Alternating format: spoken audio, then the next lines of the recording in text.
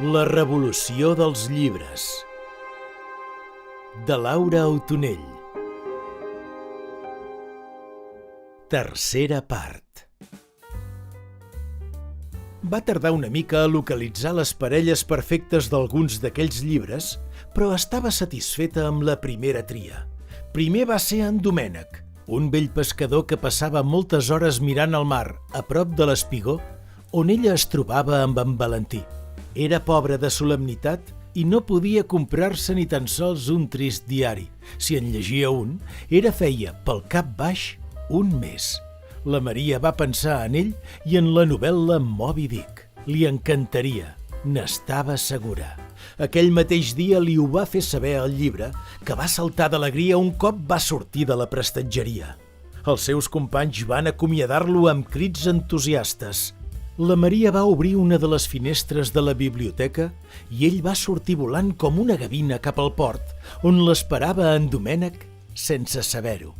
Ella va somriure i va sentir una gratificant sensació de llibertat, la mateixa que experimentaven aquells empresonats llibres en traspassar el finestral. El següent va ser Alícia al País de les Meravelles, que va saltar de la lleixa dels llibres juvenils esperant el seu destí. La Maria va pensar en ell quan va saber d'una nena, la Rita, que estava malalta i trista en un hospital on la solitud era l'única que li feia companyia la majoria d'hores del dia. Aquell llibre de fantasia la faria feliç, sens dubte, i va volar com un pardal per trobar-se amb la nena. A la plaça de les Camèlies sempre parava la mà un jove esgarrat que havia perdut la cama en un accident. Va caure mentre treballava enfilat en una bastida on una biga mal posada li havia esclafat la cama dreta talment com s'esclafen les paneroles quan algú les trepitja. Allà, assegut en un pedrís, al costat de les escales d'entrada al parc, venia poesies a canvi d'alguna moneda, fos gran o petita. La Maria li havia comprat un parell de poemes per practicar la lectura amb en Valentí i va pensar en ell quan va veure el llibre de Poesías y Cantares de Ramón de Campoamor. Va estirar aquell bonic llibre de color vi amb una filigrana floral a la portada i el va apropar a la finestra. El llibre, sense pensar-s'ho dues vegades, va marxar volant dolçament cap al seu poètic propietari. Tots els volums de medicina, que eren un munt, van marxar apinyats en grup de manera feixuga a causa del pes i la gruixudària.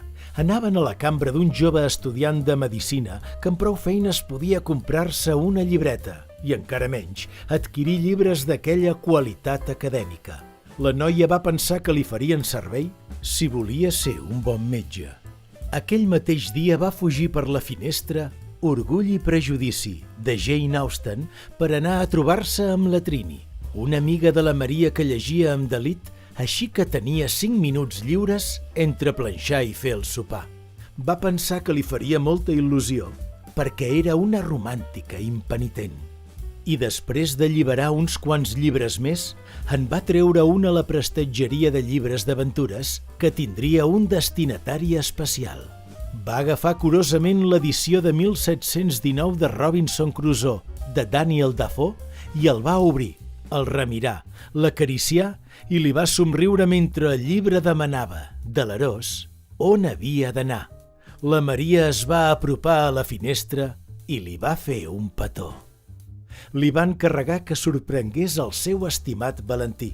Li havia parlat de manera entusiasta d'aquell llibre, un parell de vegades pel cap baix, i ella va pensar que aquell clàssic no podria estar en millors mans.